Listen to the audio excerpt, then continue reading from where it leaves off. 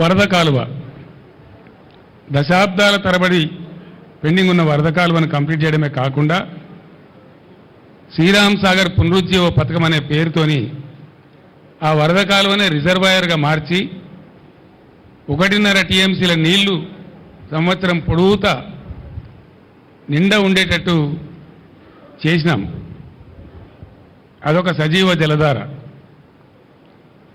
సంవత్సరానికి 9.5 నుంచి 10.5 నెలల వరకు నిండు గర్భిణిలాగా ప్రవహించేటువంటి కాకతీయ కాలువ అదొక సజీవ జలధార.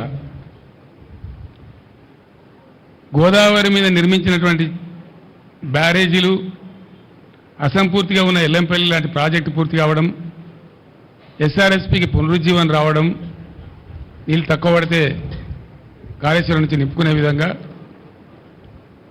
గోదావరి నది 200 కిలోమీటర్ల పాటు నిండు జలాలతోని గర్భిణిలాగా ఉండేటువంటి అదొక సజీవ అమృతధార. ఈ 4 దారలు ఏ విధంగా నిండి ఉండినో గత 5 ఏళ్ళు 6 ఏళ్ళు ప్రజలు ఏ విధంగా వాటి ఫలితాలు అనుభవించినరో యావత్తు ప్రజానీకానికి తెలుసు. నేను మాట్లాడుతున్న ఈ మాట కరీంనగర్ జిల్లా ప్రజలు వాళ్ళ ఇళ్లలో ఇప్పుడు టీవీలలో చూస్తూ ఉన్నారు.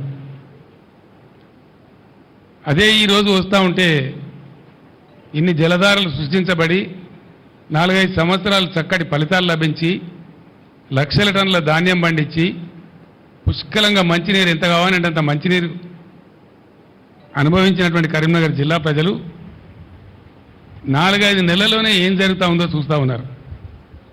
ఎడారులుగా మారిపోయినాయి. మిడ్మానేర్ బ్రిడ్జి మీద నిల్చుంటే ఒక సముద్రం మధ్య నిల్చున్న ఫీలింగ్ ఉండేది.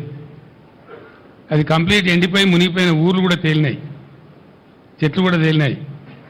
ఒక శ్మశానం లాగా ఎడారిలాగా దాన్ని తయారు చేసినారు. లోయర్ మానేరు డ్యామ్ ఎంత అద్భుతంగా ఉండేనో,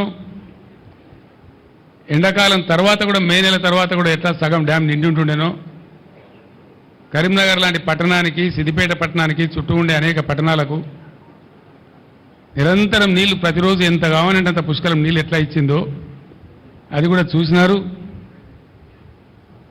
మాన్యులు గంగాధర్ గారు, మన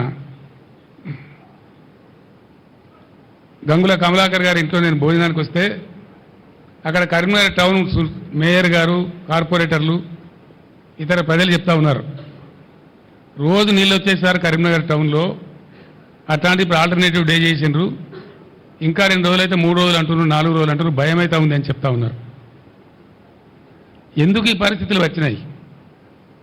నేను మన సూర్యాపేటలో కూడా చెప్పినాను, ఇది ప్రస్తుత ప్రభుత్వం యొక్క తెలివి తక్కువ, అసమర్థ